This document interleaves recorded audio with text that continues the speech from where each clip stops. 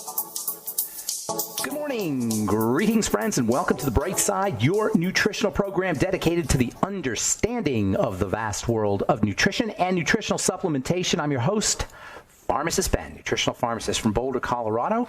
I use nutritional supplements where other healthcare practitioners use toxic pharmaceutical drugs and sometimes deadly medical procedures.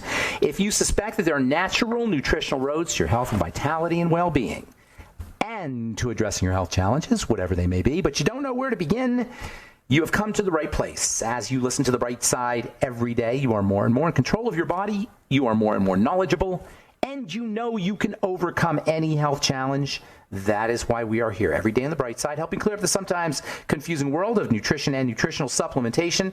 Over the last 33 years of practicing pharmacy, I've seen drug-free recoveries from diabetes, hypertension, obesity, skin diseases like acne, psoriasis, eczema, rosacea, digestive ailments, autoimmune issues of all kinds. Recoveries that by the standards of modern medicine can only be called a miracle, but what is in the world of the body, what is in the world of biology, standard operating procedure. Because the human biological system is a healing system, it's a regenerating system, it is designed divinely to heal and renew itself on a moment-to-moment basis. And while some folks may call that a miracle, it really is just the way the body works. If you have questions about health, nutrition, prescription drugs, if you want to wean yourself off your meds and get on a good nutritional supplement program, we are here for you on The Bright Side. 844-236-6010 is our number, 844-236-6010, and we love hearing from you. If you have a comment or success story you'd like to share, or if you just want to contribute to the conversation, 844-236-6010.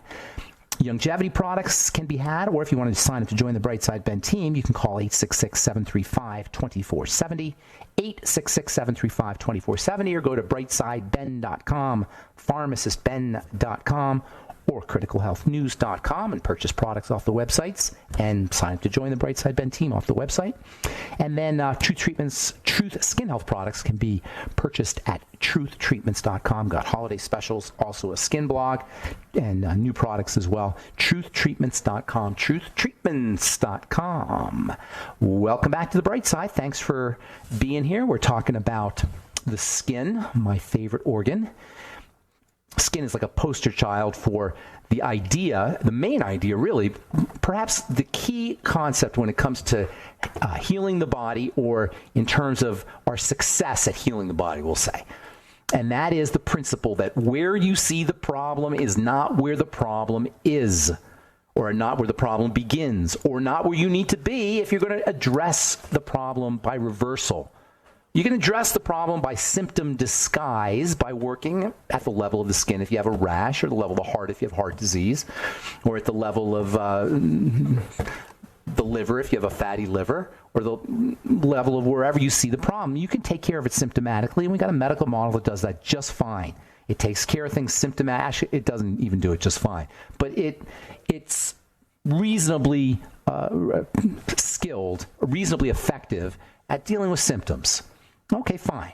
But if you want to take care of the problem, and I would propose that we really do want to take care of the problem, because the problem's always maybe principle number two. Principle number one is where you see it isn't where you heal it. Principle number two is the problem is always going to get worse if you don't do something about it. The problem isn't where you see it. And the problem will always get worse if you don't do something about it. So there's really a lot of reasons to address the problem versus the symptom. We forgot this. We think the symptom is the issue, and that's why our medical model doesn't work. And it's no knock on the medical model, because its job is to take care of symptoms. Back in the day when it started, it really didn't understand the causal nature of problems. It's very unsophisticated today to be using concepts and principles that came from the Enlightenment and the Middle Ages, and the 1400s and 1500s and 1600s, when really modern medicine got going. And even the 1900s, and the 1800s and 1900s, when the pharmacomedical model really got going. It's kind of an anachronism in a way. Today we can understand that there are invisible connections to the visible world. There's an invisible world behind the visible world. That's really what we're talking about here. The idea that where the breakdown occurs is not where the breakdown is visible is this idea that there's an invisible world that is controlling the visible world. That's basically what we're talking about here. The invisible world is where you get power. And you got to use your imagination and your intuition to see the invisible connection to the visible. Today, we got all kinds of science that proves it. We got all kinds of detective mechanisms. But as far as the body goes, you got to kind of get into it a little bit. You got to kind of see how the whole thing is put together and then use your intuition and your understanding of how all the things work together. That's why we always talk about in this program how everything works together. The triangle of disease. The idea that there's 3 points of bodily breakdown underneath everything. These are all kind of show how this is the idea of the structure of the body or the biochemistry of the body that underlies everything having an impact on our symptoms. Nobody wants to go there, and so we just end up working with our symptoms, but we lose our power and we lose our health because it doesn't work. Classic examples are skin diseases. That's why the skin is so fascinating to me, because it's a icon for how everything starts off where you can't see it. You see the skin, obviously, we see the skin. We see a rash on the skin, and it makes sense that we want to scrub the rash away. Kids when they have zits, or even old adults when they have acne, we'll try to scrub the acne away. There's this kind of sense that we can just take a washcloth and erase our pimples, or even erase our wrinkles for that matter. That's why we use creams, to erase our wrinkles. Think about it. When you're putting a cream on if you're using a wrinkle cream, aren't you kind of thinking implicitly, I'm going to erase my wrinkles? Aren't you? Probably maybe never thought about it that way, but there's this idea going on that you're going to erase your wrinkles, or your dark spots, or your pimples, or your eczema. We're going to erase it with the cream, because we see the problem as being where we see it. We think the problem is where we see it. Eczema. In the name, it tells you the secret right there. In the name, not eczema, the real name of eczema. Eczema is a colloquial term. It's a catch-all phrase. The real term for eczema is atopic dermatitis. Atopic means not topical. Atopic, not topical. It's right there in the name. It's a dermatitis that's not topical. What does that mean? It means you got a skin rash that's caused from something that's not topical. It's internal. Atopic means it's internal. It's right there in the name.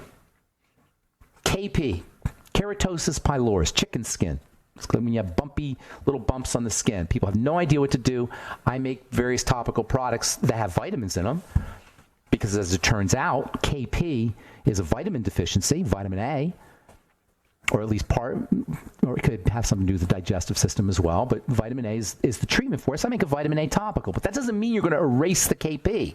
It means it's going to work with delivering vitamin A to the cells and to the skin, and we're going to talk about how important vitamin A is for the growth of cells and for how cells divide and how they produce their protein. There are many, many skin problems caused by how cells grow and divide. That is such an important point.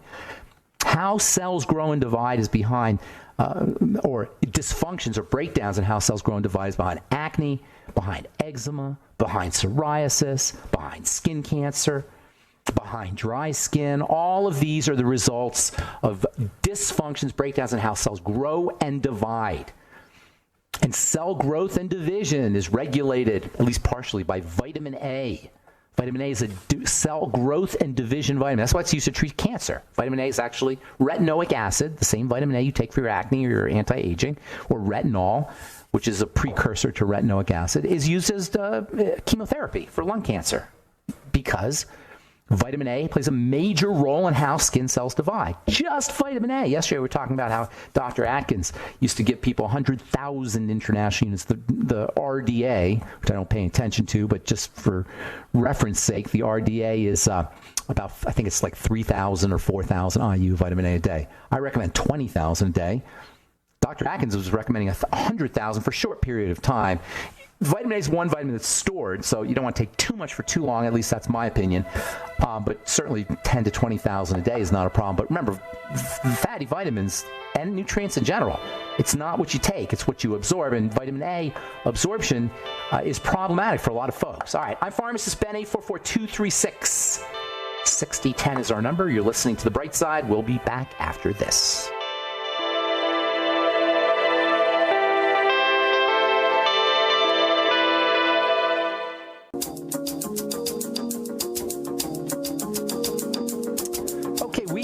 on the bright side. 844-236-6010 is our number. Got lots of lines open. We'll get your calls our next segment.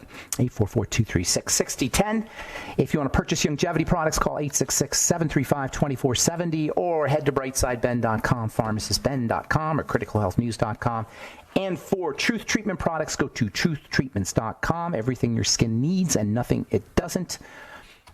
100% active and functional ingredients in all our Truth Treatment products. Truthtreatments.com, compounded or developed in my compounding pharmacy. For wounds and for burns, it turns out they are the ideal and perfect and most effective anti-aging, anti-wrinkle, skin lightening, skin brightening, youth-promoting topical skin health products you'll ever use, skin health formulations you'll ever use. I don't even like calling them products because they're more like medicines than products, nutritional medicine. The idea of nutritional medicine is kind of interesting. Whenever I tell people that I work with medicine, I always feel funny telling people I'm a pharmacist. So I say I work with medicine. I always mean nutritional medicine, but people always think drug medicine. Whenever we hear the word medicine, we tend to think about drugs. That's not necessarily what medicine is. The idea that medicine and drugs go together, or medicine and pharmaceuticals go together, is kind of marketing. It's association. It's an association that was created by people who understood marketing and advertising techniques and how to make people think certain things. And they linked two things together.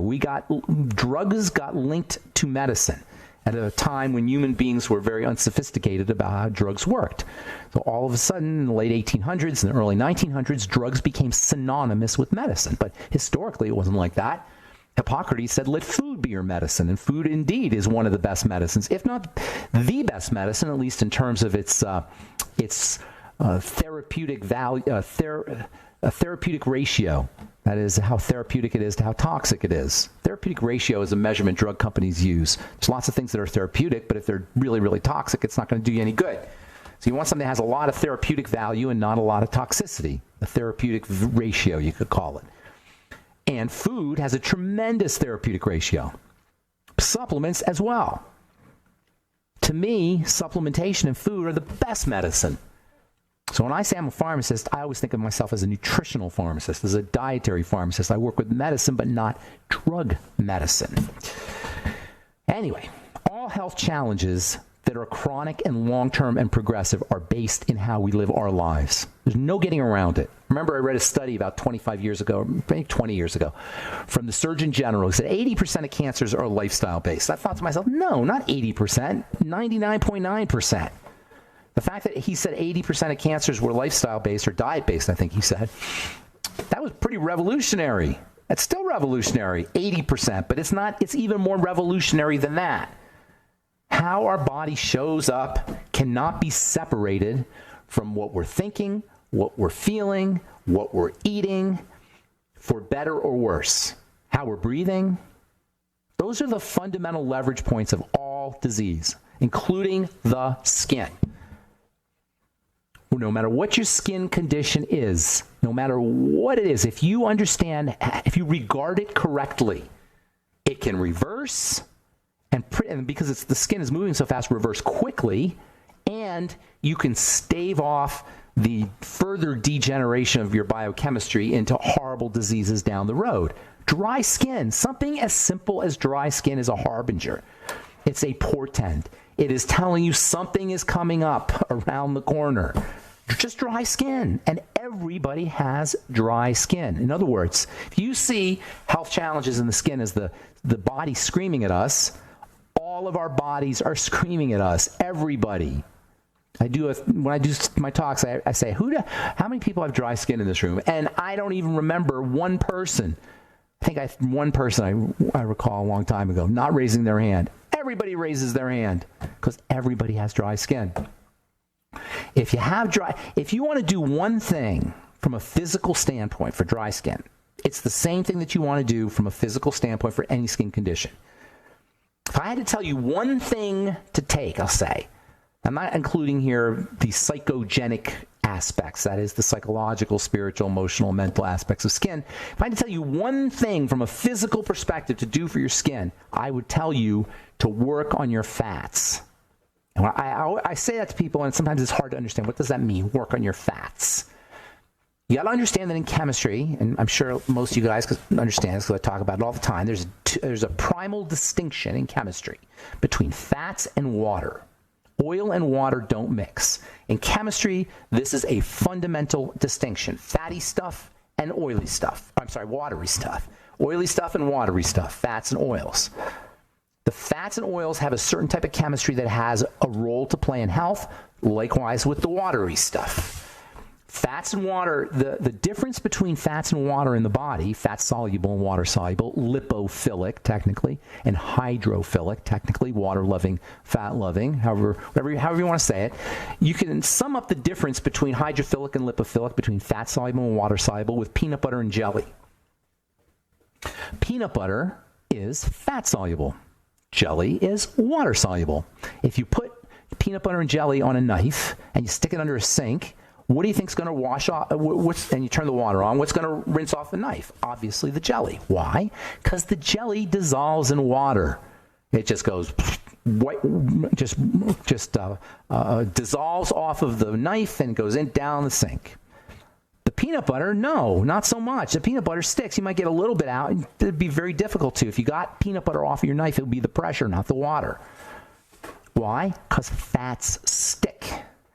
That's the key. Fats are sticky. The sticky nature makes fats really, really important for structure. The structure of the body depends on fats. That is, the structure of the cells of the body depend on fats. Without correct fats, the cell structure begins the cells begin to lose shape. Cell structure loses its integrity without the right kinds of fats.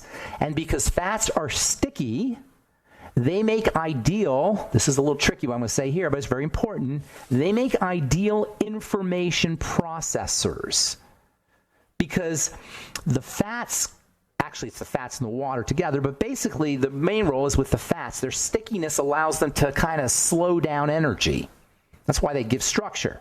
So energy's flowing. When it hits a fat, it kind of gets trapped in there. It slows down a little bit. And then it's released. It doesn't slow down. It's not locked in there permanently. It just slows it down a little bit, and then it's released. And that makes them ideal processors of information. And that's so cool because it means all of the cells, the outside part of all the cells, the so-called cell membrane, is an information processor. That information processing is a key factor or a key feature of how cells divide and grow, and ultimately how healthy skin will be. That's why fats are so important for the skin. The fats go to the skin cell membranes, the fats we eat, and sometimes the fats we put on top of our skin, go into the skin cells, go into the tissue, go into the bloodstream eventually, through foods anyway, and then the body uses them to construct healthy skin cells, healthy cells of all kinds, but we're talking about the skin. And then skin cells can divide correctly. That's why fats are so darn important for things like eczema, psoriasis, acne, actinic keratosis, which is pre-skin cancer, and skin cancer itself, not to mention dry skin. I know that's probably a little bit confusing, but I'm not done talking about it. We'll continue discussing this when we come back from our break, and we do have all our lines open. If you're interested in speaking with us, 844-236-6010 is our number. We'll be back after this.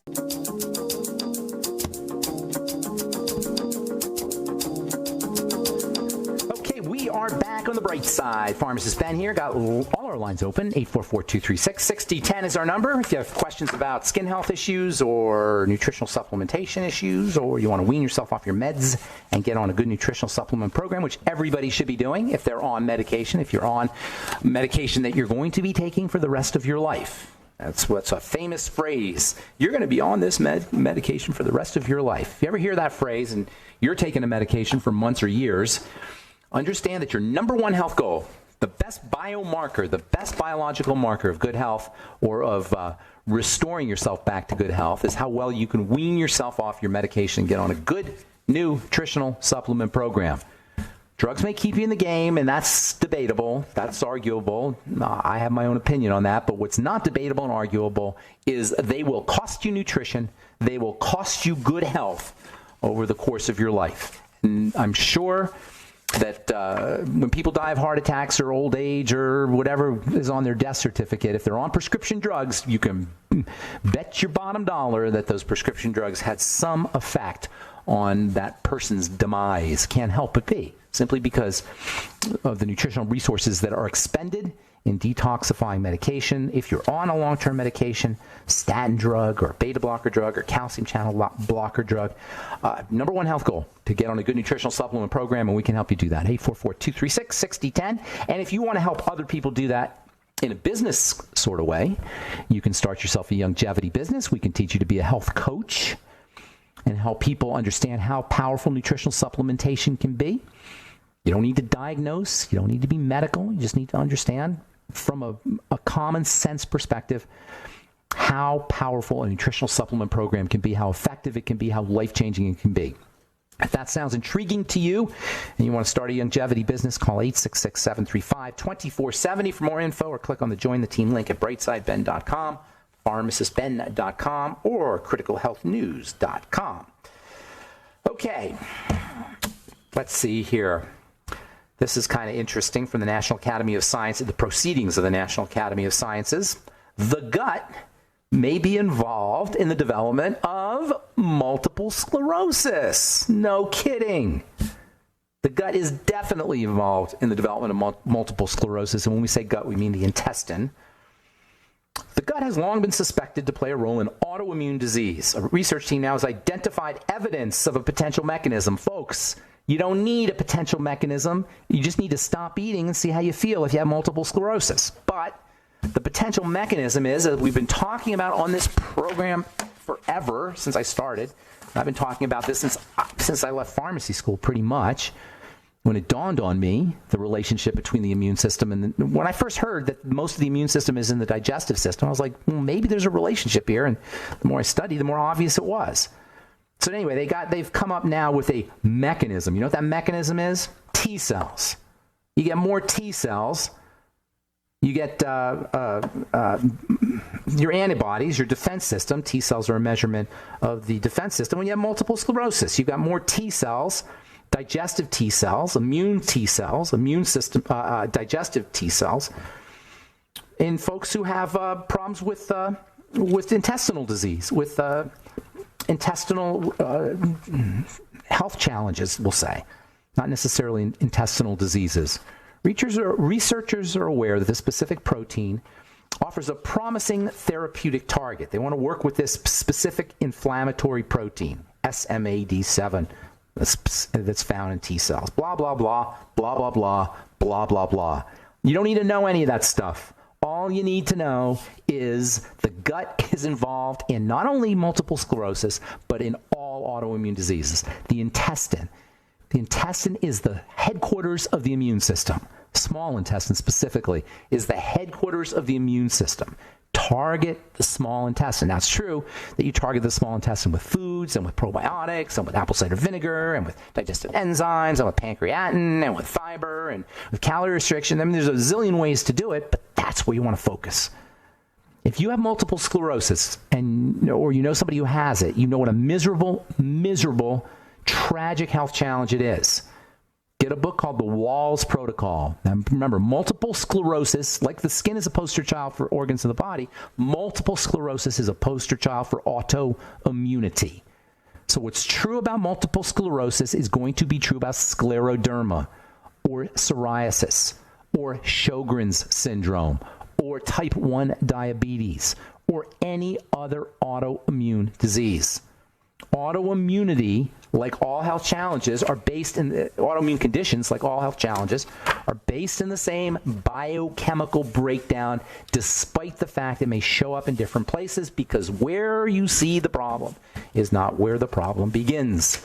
Immune problems always begin in the digestive system. Speaking of the digestive system, this one is also quite interesting. From the journal Cell Metabolism. Gut microbiome, speak of the devil. Gut microbiome fermentation determines the efficacy of exercise for pre-diabetics. The link between diabetes and the gut is becoming more and more clear every day, and that's in type 1 diabetes as well as type 2 diabetes. Our ability to process sugar our ability to get energy from sugar, our ability to become energized is intimate. This is what diabetes is about. It's a problem with the energy system. Sugar is part of the energy system. It's derived from problems in the digestive system. If you don't have, if you're not absorbing nutrients from foods correctly into the bloodstream, you're not going to be energizing the cells effectively. When the cells are not energized effectively, you become more and more of a sugar eater. When you become more and more of a sugar eater, especially in the presence of a lack of nutrition, your body goes through an up and down, high blood sugar, low blood sugar roller coaster, which cannot help but impact the adrenal glands and the thyroid, and boom, you are off to the races of chronic degenerative disease. That's the triangle of disease. Gut microbiome determines the efficacy of exercise for diabetics, the relationship between the digestive system and diabetes, and that is dysglycemia. I don't even like calling it diabetes. Dysglycemia, the relationship between messed up gut bacteria and dysglycemia is becoming more and more evident every day. This is another one here. Exercise-induced capillary density ups insulin sensitivity. When you exercise, your body is able to handle sugar more effectively. Diabetes is partially a disease of sedentariness. Yes, it does occur sometimes in athletes, and it occurs in people who are not sedentary, but largely it's associated with a sedentary lifestyle. Exercise training is associated with an increase in skeletal muscle capillary density, which contributes to improvements in glucose metabolism. One of the big problems with diabetes is it affects the flow of blood.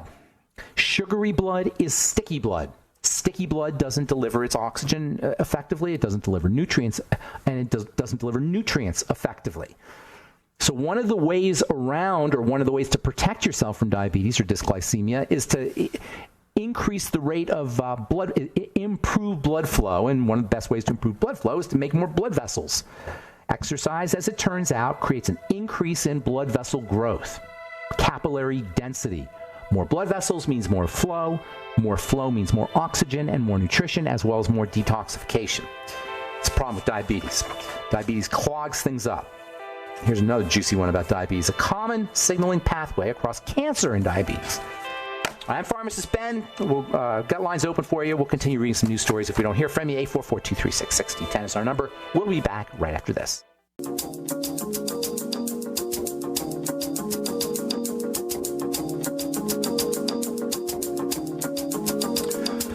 Okay, we are back on the bright side. 844-236-6010 is our number. I wanted to do one interesting story, and then we'll get your call, so hang on. This is... I was just pulling up a bunch of diabetes stuff today. Another diabetes story. A common insulin signaling pathway across cancer and diabetes. An oncology researcher has made an unexpected contribution to the understanding of type 2 diabetes. In results published in the journal Science Advances, Patrick Hu, MD, found a protein that controls cancer therapies is also important for insulin synthesis, for the production of insulin. There's a major relationship between cancer and insulin, because insulin's a growth hormone and cancer is a growth disease. Cancer cells utilize sugar extremely effectively. One of the all-time great strategies for cancer is the ketogenic diet. Why? Because it helps you, it stabilizes insulin sensitivity. It makes insulin, or improves insulin sensitivity. It stabilizes blood sugar processing. I said yesterday, two leading causes of death. The top three leading causes of death are heart disease, cancer, and diabetes. But you know what? Because diabetes and heart disease are linked to diabetes is the leading cause of death. Dysglycemia is the leading cause of death and misery across the world, and dysglycemia is a secondary to messed up gut bacteria, to messed up digestive system. Forget the triangle of disease. We'll call it the line of disease. The triangle, the third point in the triangle, cortisol and thyroid, you can take care of that later. The first thing to do, work on the gut. The second thing to do is stabilize your blood sugar. There's not a single health challenge, especially skin health challenges, that won't improve when you work on those first 2 points. The first 2 points in the triangle of disease, the line of disease. That is the digestive system and the blood sugar system. All right. Got a couple lines open for you. Let's go to Melody and say good morning. What's up, Melody in California? How you doing? Twice this week. Hi, nice to hear from you. Nice to hear from you. Hi. So, speaking of blood sugar, what can you tell me about the causes and how to best address low blood sugar? I have a daughter who's had this issue since she was little. We didn't even know that's what it was, why she was feeling woozy and she needed to have, like fruit or something. Her insulin has been Yeah, what happens is when you have low blood sugar, hypoglycemia, it's usually a sign that the body is secreting lots of insulin. There's a lot of, ironically, hypoglycemia is a result of too much sugar. Because what happens is the body becomes very sensitive to sugar. Sugar is very dangerous stuff. So when there's a lot of sugar that goes in the body, insulin comes to the rescue. The more sugar you have, the more insulin you're going to have. The more insulin you're going to have at first. Later on, your body's not going to be responsive to insulin. But the first thing that happens when you're on the way to diabetes is your body is very responsive to insulin. And hypoglycemia typically means that your body, in a little kid especially, that her body is super sensitized to sugar. Now, usually it comes from the high blood sugar, low blood sugar roller coaster. So how old is this? Your daughter, you said? Yeah, she's 18 now. Okay, she's 18. She's always been that way, you said, right? Yeah, so if she goes to work out really early, she found out, she's not hungry in the, like 6 in the morning, but she'll have to have something sweet, like those she doesn't have to have, or whatever. She thinks she needs something sweet. What she wants is something that releases sugar slowly.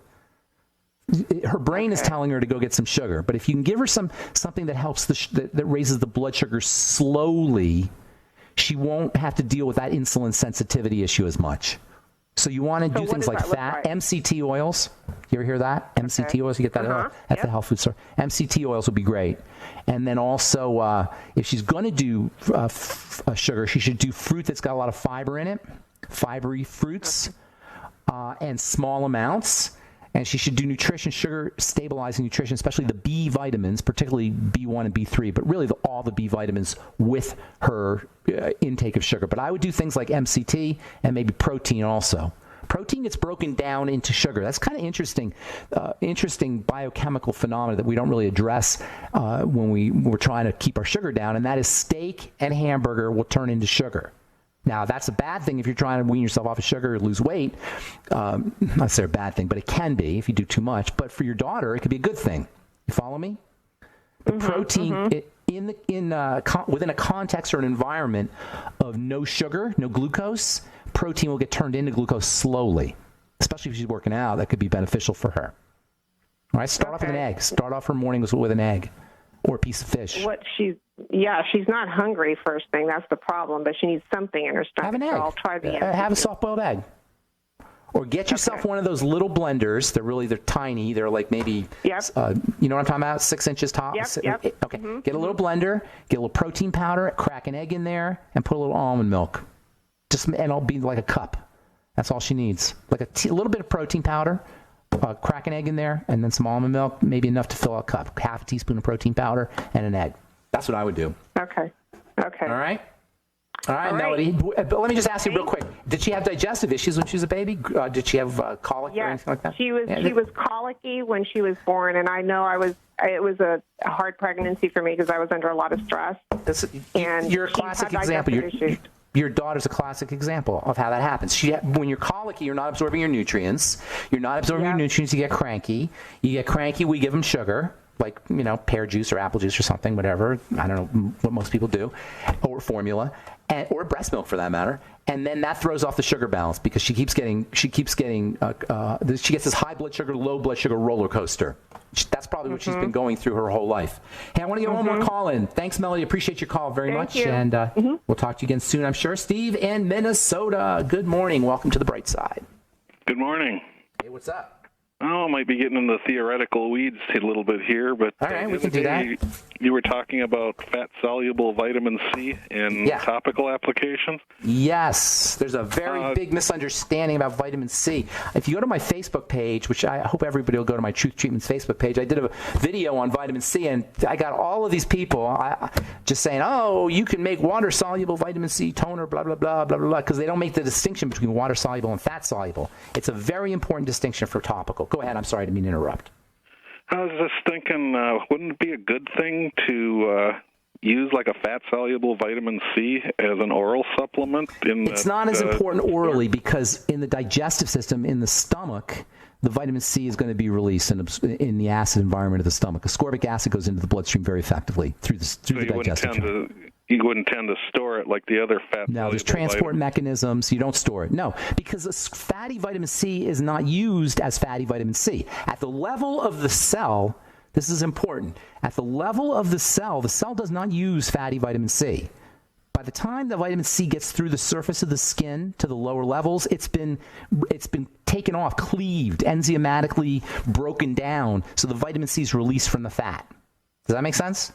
The fat helps. It's like piggybacks along with the fat, and then there's enzymes in the skin that break it apart and release the vitamin C. So the cell is using water-soluble vitamin C no matter what. The fatty just helps everything go through. You understand what I'm saying? Yep. The fat's just a transport mechanism. Just curious. Okay? Yeah, that's a good question. And they do make liposomal vitamin C, and they do make something called ascorbyl palmitate, which is a fatty vitamin C, and you can buy that at a health food store, but you don't really need that. Really, vitamin C is handled very well internally by the body, super well. Once it gets into the bloodstream, it's off to the races. That's why they use IV vitamin C. So, no, you don't have to worry too much about the absorption or the body's ability to utilize vitamin C from supplements or from foods, for that matter. Okay. Do you use but just for curiosity's sake, Steve? Do I still have Steve? Steve? Yeah. Are you using fatty vitamin C for your skin? Or you just have the question? No, I just take a lot of the supplements that you recommend and been getting good results, and just was curious. About using fatty vitamin C internally? You should. Yeah. Okay, well, if you want to experiment with fatty vitamin C, truthtreatments.com. I've been working with fatty vitamin C for many years. Anything else, my friend? Nope, that'll do it. All right, have a great day. Good to talk to you, Steve. Thank you.